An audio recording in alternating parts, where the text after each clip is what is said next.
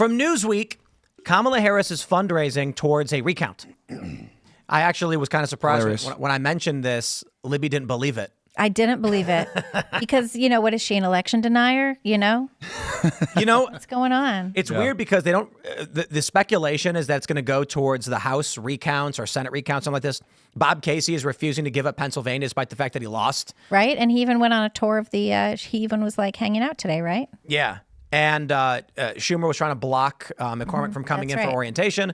So the Democrats are not giving up. And I find it fascinating because when Republicans are like, hey, we're going to challenge this, the media just took a dump all over the floor and screamed election denier for 27 years. Yep. Yes. Now you got Kamala fundraising for a recount. I don't care what the reason is. They're stupid people who she conceded. Yes. She said, I'm out later. Yep. And she's sending out emails where they're like, her recount fund needs your money, and they're going to give it to her. Of course. Yeah, her entire schedule today was lunch with Joe Biden. And speaking of lazy, you were talking about lazy and bloat and government. Kamala Harris hasn't done anything for 4 years. Yeah. She got the gig from what? 33 tie-breaking votes in the Senate. Oh, that's right. I mean, that shoveled the Democrat agenda down our throats. It sure did. Yeah. But that was, that's only 33 times that she went to the Senate. I bet she wasn't even there any of the other times. And when Biden appointed her border czar in March 2021, right? She talked to the president of Guatemala twice, said that the root cause of immigration was violence against LGBTQ people in the northern. That's not true? Triangle countries. And then by June, her office was saying, that's not our job, you guys. We're totally not even doing that anymore.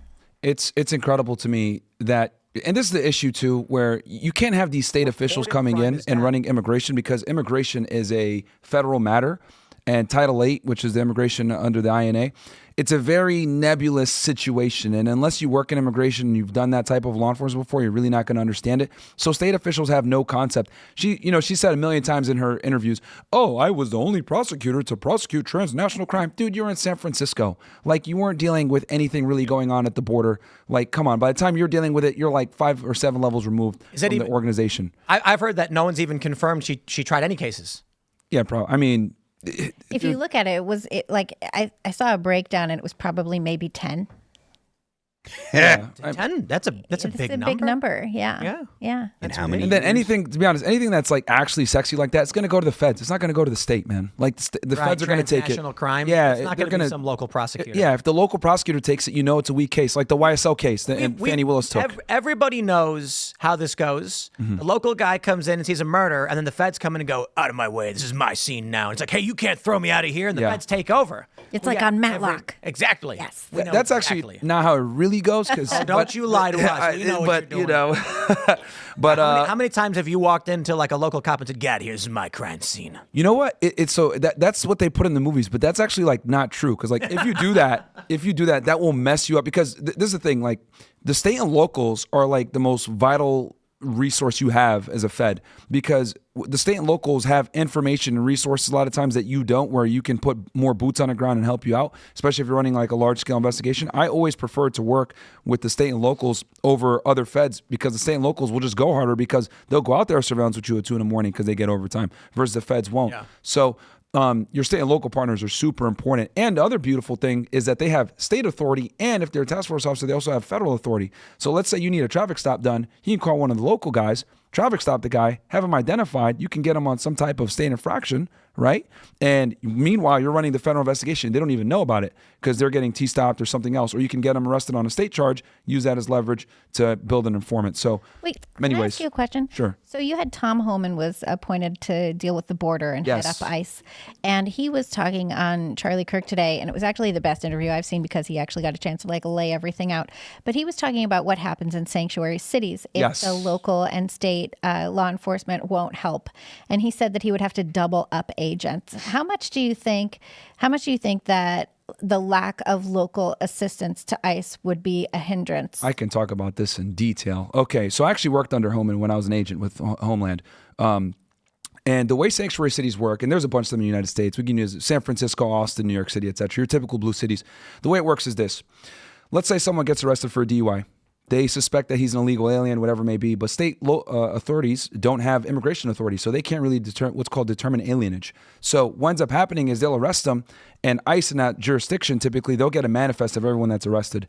If they see someone they think is an illegal alien, right, because they'll run the immigration checks, etc., they'll put something called a detainer on that individual, and then the state and locals are supposed to hold him for ICE to come. So when he gets out on bond or whatever, immigration is there, ready to lock him up. When we've seen all these reports about, like, some horrible person raped some child in Massachusetts, and it'll say that they were held on a detainer, but then they wouldn't turn them over to ICE. Yes, because what'll happen is when it's time to release the guy, they won't notify ICE. They'll just let him go because they're like, we're a sanctuary city. We don't want to deal with this. We're not going to help you guys. So they won't hold the body. And then the guy will get released. And that's how you end up with a lot of these problems. So, and I mean, hell, it's gotten so bad. I'll never forget this vividly. We had a arrest warrant for a guy in Austin, Texas. This is maybe 10 years ago. And it was for human smuggling, which is a felony, 8 U.S.C. 1324. Anybody can look it up. It's a federal felony, but it's under the INA. So we get an arrest warrant for this guy, want to go pick him up because he was a coordinator moving illegal aliens into the United States through Laredo, Texas, into Austin, which was one of the He was like a hubs. drug dealer of people. Exactly. Which illegal aliens, which I can explain this too, all illegal aliens that come into the United States are typically utilizing some type of human smuggling organization to get in. It's a very refined process because the cartels run it and there needs to be money made, but that's a whole other example. But the point is that this guy, we had an arrest warrant for him, federal arrest warrant. We tell Austin PD, hey, we want some marked units. We're going to go out and get this guy. This is the address. They didn't want to come out. And we're like, why not? This is a federal warrant. No, like it's immigration. I don't know. It's like, no, dude. Yeah, it's an immigration violation, but it's a felony. Like this is a federal arrest warrant. Yeah, no, we're gonna stand down on this. And this happens all over the place in the United States. And this is a big reason why Immigration Customs Enforcement, because there was two different agencies. There was Immigration Customs Enforcement, Office of Investigations. That's where the special agents were, and then Enforcement Removal Operations. ICE, Office of Investigations, changed their name to Homeland Security Investigations, HSI, to not have the immigration in their name so that people don't think that's all they do, because they also have Customs Authority too, et cetera. So they had to rebrand because it was so difficult to get state and locals on board with conducting some of these operations. Interesting. That's how bad it is. So that is going to be a hindrance to him. It's very bad. Anytime you see one of these illegal aliens getting out of a local jail, 9 out of 10 times, a detainer wasn't honored that was placed by ICE. There was one story, I think it was in Ohio, that the federal government brought in illegal immigrants and said, hey, can you hold these guys for us real quick, just for overnight, because we need somewhere for them to stay? And the local sheriffs, they're like, yeah, for sure, bring them in. And then the feds ran off. Oh, yeah. And then like the next day, the sheriff woke up and they're like, what do we do? Like, we got all these illegal, and they were like, let them go. So they just let them go into these small towns. Yeah, that's what's been going on under the Biden administration. That's so ridiculous. Messed up. Well, and the other thing too, I find it interesting because when Kamala would do her interviews or her debates or whatever, and she would always talk about, oh, I was going to pass this immigration bill, I was going to hire this many more Border Patrol agents, and Trump actually stopped the bill from passing because he needed a problem campaign on blah, blah, blah, blah. I could tell you this irrefutably. When I was in Laredo, Texas, Trump was way better and more efficient at getting rid of illegal aliens coming into the United States, by far, not even a comparison. And the reason why is because when these illegal aliens would come into the United States, and this is why I'm so big on Homeland needs to be the Secretary of Homeland Security, not just the borders are, because he needs to oversee all the immigration agencies. When aliens would come in, they would get something called an expedited removal. And an expedited removal, what it is that person is deported back to Mexico within 2 weeks of them coming in. Why is this important? This is important because he doesn't burden up the immigration system that we have. Because in the immigration world, we have immigration judges, etc. So they come in, they process them, fingerprint them, etc., put them into APHIS, all this other stuff in a database, assign an alien number, and then they deport them within 2 weeks. Versus what they're doing now is, and I think you spoke with one of my buddies, Zach Opathiker from Border Patrol. He talked about this as well when I had him on, is what they're doing now. A lot of these aliens are coming in, they're getting something called a notice to appear, release unknown recognizance, ROR. So not only are they allowed to stay, they're sent to where they wanted to go. They're given paperwork, and then they're supposed to show up to see an immigration judge. But this might not happen for years because the immigration system is so backed up. Yeah. So backed up. So, but under Trump, we didn't have that crap. We were sending everybody back. And then on top of that, to get better, if you got caught more than once, you would get hit with a felony called 8 U.S.C. 1326, illegal reentry. So, and we were prosecuting these guys. Border Patrol was prosecuting them. HSI was prosecuting them. It was so many people that we were prosecuting for that even Border Patrol took some of those cases for felony prosecution. So we were way harder on the border under the Trump administration than under the Biden-Harris administration. and anyone that says otherwise doesn't know what they're talking about. You can just see the numbers. Yeah, like the the numbers graph are is just like it goes red, blue. It's like blue, red, and then blue, and it skyrockets under Joe Biden. Yeah, and that's what we know That's about. the magic. That's the blessed graph, right? Is that the blessed chart? And here's the crazy part. Like, they might not be counting certain deportations, because a lot of aliens come in, get caught, and they'll just voluntarily leave. Or the expedited removal I mentioned. I don't know how they're compiling their statistics, if they're compiling every single deportation that comes in and how they're processing it. Because when an illegal alien comes into the United States and law enforcement encounters them, there's multiple ways to process that alien and then remove that alien. Interesting. Yeah. But what, Biden doesn't do it? They basically dismissed all the cases without adjudicating them. Said, I guess you live here now. Well, yeah, because they basically let him in. Mass amnesty. Right? That's why they had that CBP-1 app. It's like pseudo amnesty, where they said, "Oh, you're here. Well, you better go to court." Then a month later, they're like, "Don't worry about court." So there's no official status, but you're just here. But they have no legal status. Not even a month. Wild. It could be years, Tim, because the immigration system is so backlogged. No, what I'm saying is, when they came in and they gave them, "You better go to court," a month later, they would call in and they'd be like, "No, we canceled your court appearance. Bye." Click. And so they were in limbo. They have no official status, but they also have no enforcement action against them, so they just stay here and work. That happens sometimes. They were doing that to hundreds of thousands. Yeah. That was Biden's pseudo amnesty that he granted, where basically the Biden admin dumped like 300 cases saying we're not going to even bother with these, creating. Dude, I got to tell you, the Democrats were creating a serf class. They sure were, on purpose. People who can't vote, people who struggle to get access to the system, but who are also not citizens, and they were going to have them do low-skill labor. So you have a working class that can't vote and affect your system. And they were even saying this They get blatantly. congressional seats by it. Right. So what the Democrats have then is a congressional seat will be created with 600,000 American citizens and then 175,000 illegal immigrants. That gives the Democrat a position where that 175K cannot vote, so they get free political power. Yeah. That's insane. No, it's ridiculous. And Mayorkas needs to be removed immediately. It's absolutely ridiculous. Because the thing is, with the Secretary of Homeland Security, they are the ultimate immigration official because they are over all the law enforcement agencies and all the agencies that oversee immigration into the country, right? Outside of non-immigrant visas, which is the State Department. That's a whole other thing. But this has been a huge failure from a border security standpoint, and Mayorkas needs to be removed. You need to put people in that are more aggressive. There was a Texas judge recently who said that a plan that the Biden-Harris administration put into place to essentially grant legal status to the spouses and stepchildren who are illegal, but they're connected to Americans, they wiped that out and said you can't just automatically give these people status just because they are here. And I thought that was kind of great. I love this this headline from the Daily Beast, though.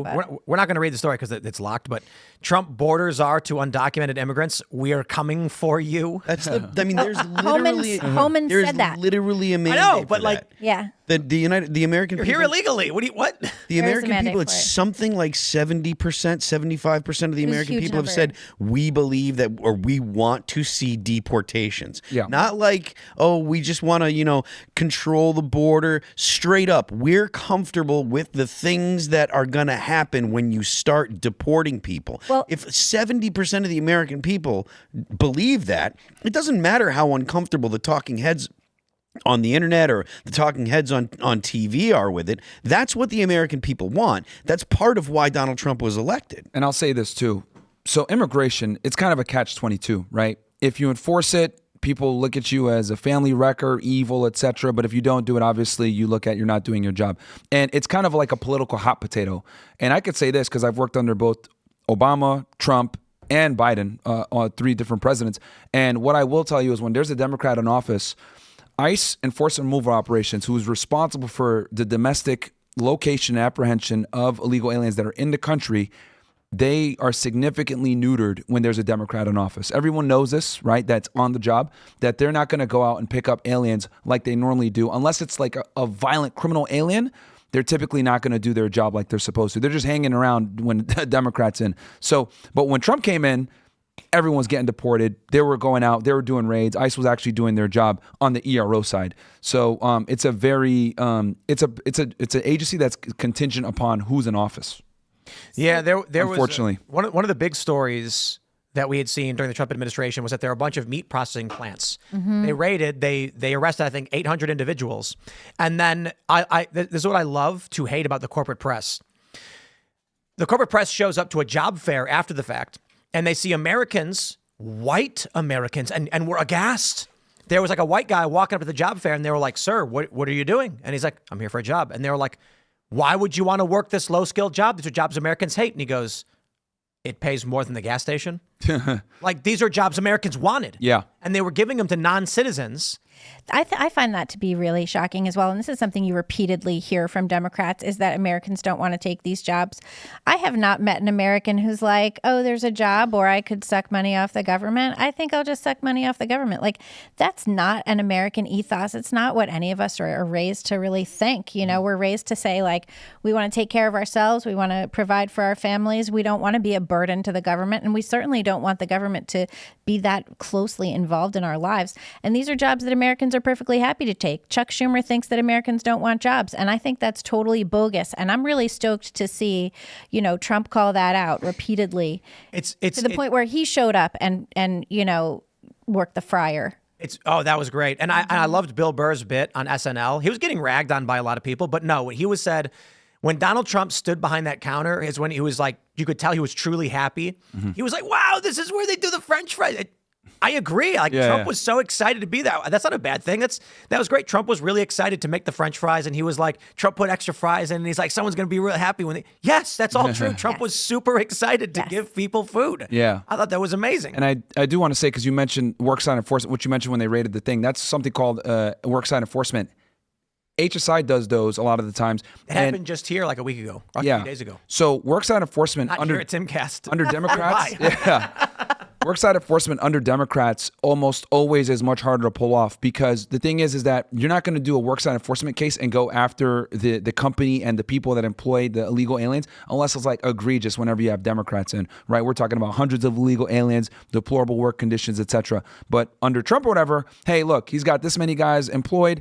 This is a problem, etc. Especially in this area, it was way easier to get worksite enforcement cases done. Thanks for checking out this clip from Timcast IRL. Make sure to watch the show live Monday through Friday at 8 p.m. Subscribe to this channel, and we will see you all there.